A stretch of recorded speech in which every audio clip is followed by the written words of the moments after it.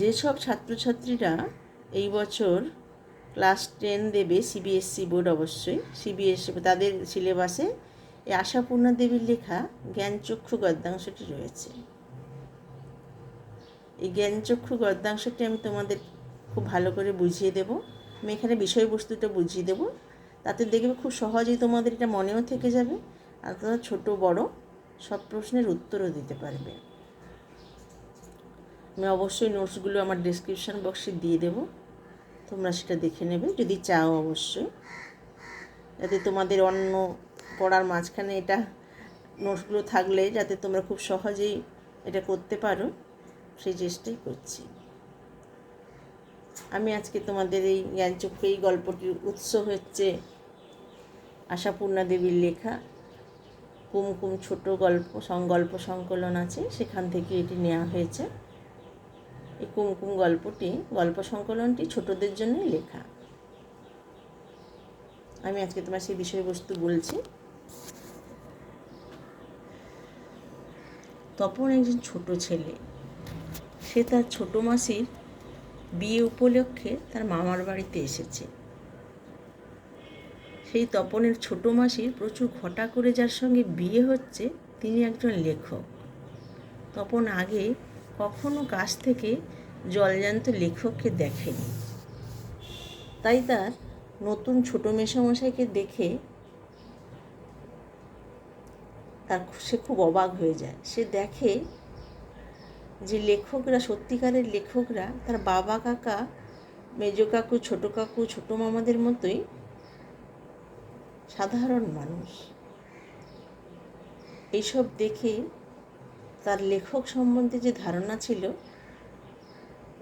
সেটা ভেঙে গেল, অর্থাৎ তার জ্ঞানচক্ষু খুলে গেল। এই জন্যই বলা হয়েছে জ্ঞানচক্ষু খুলে গেল। সে মামার বাড়িতে এসেছে ছোটো মাসির বিয়ে উপলক্ষে, এবং ছুটি আছে বলে সে রয়ে গেছে। সঙ্গে তার নতুন মেসোও রয়ে গেছে, কলেজের গরমের ছুটি চলছে বলে। আর সেই জন্য তপন খুব কাছ থেকে তার সেই নতুন মেসোকে দেখতে পায়। সে দেখে যে নতুন মেসো লেখক হলেও আর 5 জনের মতোই খাওয়া দাওয়া করেন, দাড়ি কামান, সিগারেট খান, খবরের কাগজের সব কথা নিয়ে গল্প করেন, তর্ক করেন, আবার কখনো সিনেমাও দেখতে যান, সেজেগুজে বেড়াতেও বেরোন। এইসব দেখে তপনের জ্ঞানচক্ষু খুলে যায়। তপনেরও মনে হয় তারও লেখক হতে কোনো দোষ নেই। তপন একটি গল্প লেখে এবং সেই কথা সে তার ছোটো মাসিকে বললে তার ছোটো মাসি দিবানিদ্রায় আচ্ছন্ন ছোটো মেসোকে তা দেখায়। ছোটো মেসো তখন একটুখানি কারেকশান করে দিয়ে বলে সন্ধ্যাতারা পত্রিকা সম্পাদককে দিয়ে সেই গল্প ছাপিয়ে দেবেন। বিকালে চায়ের টেবিলে সবাই সে কথা শুনে হাসাহাসি করলে ছোটো মেসো বলেন যে তপনের লেখার হাত আছে, কারণ সে তার বয়সী ছেলে মেয়েদের মতো রাজারানী, খুন, জখম, অ্যাক্সিডেন্ট বা না খেতে পেয়ে মরে যাওয়া নিয়ে গল্প লেখেনি। এরপর ছুটি ফুরিয়ে গেলে ছোটো মেসো তপনের লেখা গল্প নিয়ে চলে যায় ছাপাতে দেবে বলে। তপন সেই উৎসাহে দুপুরবেলা 3 তলার সিঁড়িতে বসে আরও একটা গল্প লিখে ফেলে। সেই গল্প তার চেয়ে 8 বছরের বড় ছোটো মাসিকে দেখালে সে জিজ্ঞাসা করে সেই গল্প তপন কোনো জায়গা থেকে টুকলুফাই করেনি তো? যাই হোক, তপনকে নিয়ে বাড়ির সকলে মিলে ঠাট্টা তামাশা করে। এরই মধ্যে একদিন বিকেলবেলা ছোটো মাসি আর মেসো একখানা সন্ধ্যাতারা পত্রিকা নিয়ে তাদের বাড়ি বেড়াতে আসে। বাড়িতে শোরগোল পড়ে যায়। সকলেই পত্রিকাখানা হাতে নিয়ে তপনের সেই লেখাতে চোখ বোলাতে থাকে। ছোটো মেসোমশাই মৃদু মৃদু হেসে বলেন যে তিনি একটু কারেকশান করে দিয়েছেন। আর তাই শুনে তপনের বাবা ও মেজো কাকু তপনকে নানাভাবে খাটো করতে থাকে। কিন্তু ছোটো মাসি তপনের এই কীর্তিতে ভীষণ খুশি হয়। তখন তারা তপনকে গল্পটা পড়ে শোনাতে বলে। তপন লজ্জা ভেঙে পড়তে গিয়ে দেখে যে সেই লেখা একেবারেই তার নয়। সমস্ত লাইনগুলো একেবারেই নতুন।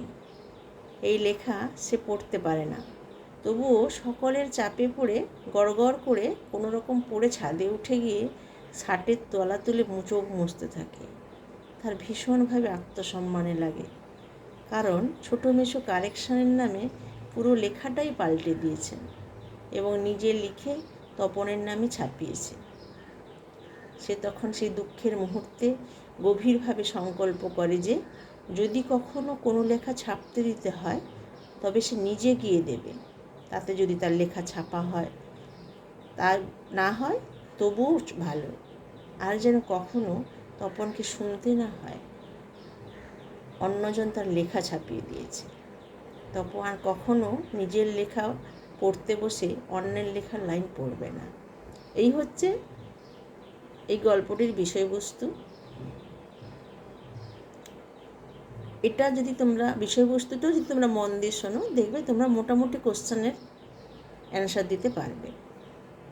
অবশ্যই ভালো করে দেওয়ার জন্য অবশ্যই পড়তে হবে। আমিও সুন্দর করে সব নোটসগুলোও দিয়ে দেবো।